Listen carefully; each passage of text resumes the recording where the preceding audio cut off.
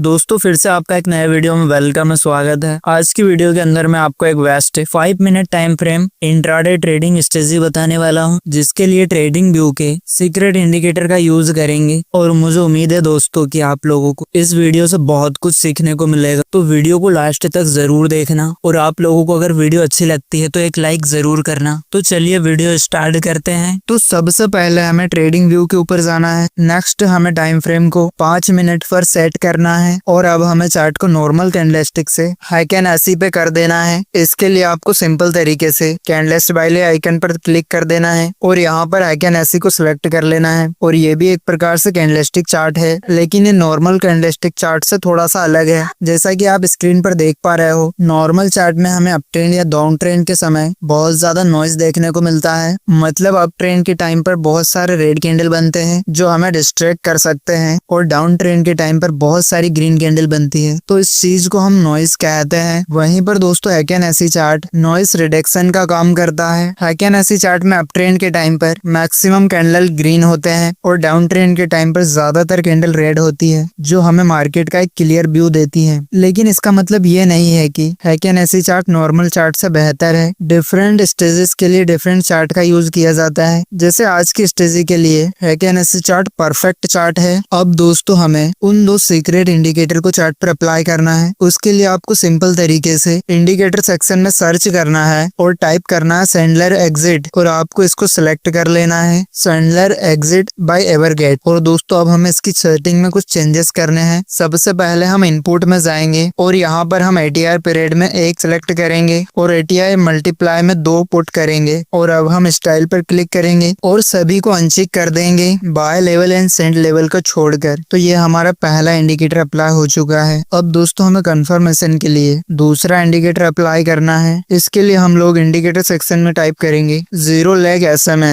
और इसको सेलेक्ट करेंगे। उसके लिए हमें इसकी सेटिंग में कुछ चेंज करना है और इसके बाद हमें इनपुट में जाना है। यहाँ पर इसके लेंथ में हमें 50 पुट करना है और स्टाइल में जाकर आप लोग इसके कलर को भी चेंज कर सकते हो, जैसा कि हमने व्हाइट कलर सिलेक्ट कर रखा है। तो दोस्तों अब हमारा ट्रेडिंग सेटअप तैयार हो चुका है। तो अब जानते हैं हमें बाय और सेल कैसे करना है। पहले हम बाइंग की कंडीशन को जानते हैं। अगर इस वाले EMI लाइन के ऊपर सैंडलर एग्जिट हमें बाय का सिग्नल देता है और नेक्स्ट वाली कैंडल एक ग्रीन कैंडल है, तब हम यहाँ पर बाय में प्लान कर सकते हैं। एक बात को याद रखिएगा कि जिस कैंडल में हमें बाय का सिग्नल मिला है वो EMI से ज्यादा दूर नहीं होना चाहिए और आपका stop loss near swing low होगा। और आपको जब तक एग्जिट नहीं करना जब तक प्राइस EMI के नीचे क्लोजिंग ना दे दे। चलिए अब कुछ एग्जांपल देखते हैं। यहाँ पर आपको दिखाई दे रहा होगा EMI के ऊपर हमें एक बाय का सिग्नल मिलता है जिसका लोअर बिग नहीं है। हाइकन 80 चार्ट पर जब मल्टीपल ग्रीन कैंडल बनती है जिसका लोअर बिग नहीं होता, ये हमें एक स्ट्रॉन्ग सा